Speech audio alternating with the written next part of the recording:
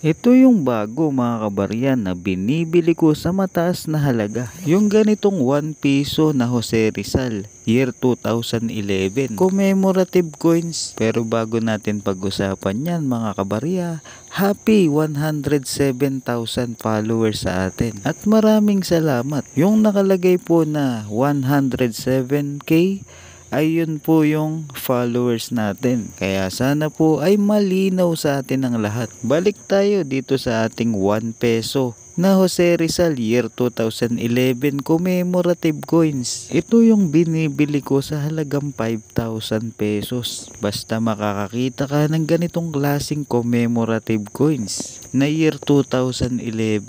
Bibilin ko yan sa halagang 5,000 pesos basta makakakita ka ng ganito na dalawa ang ulo.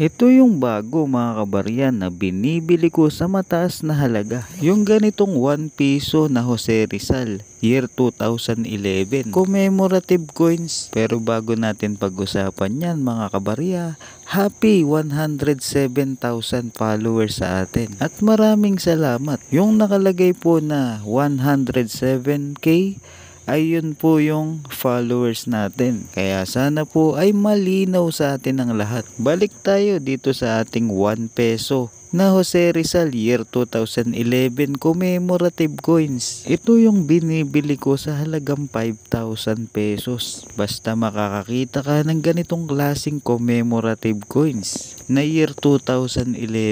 Bibilin ko yan sa halagang 5,000 pesos basta makakakita ka ng ganito na dalawa ang ulo.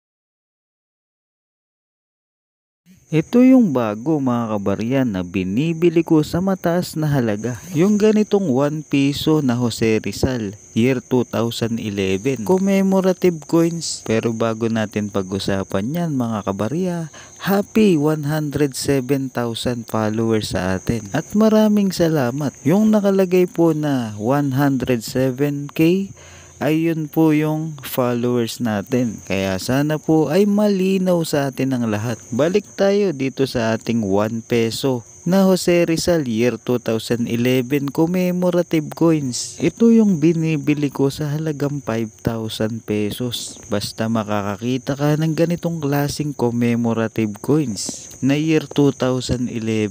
Bibilin ko yan sa halagang 5,000 pesos basta makakakita ka ng ganito na dalawa ang ulo.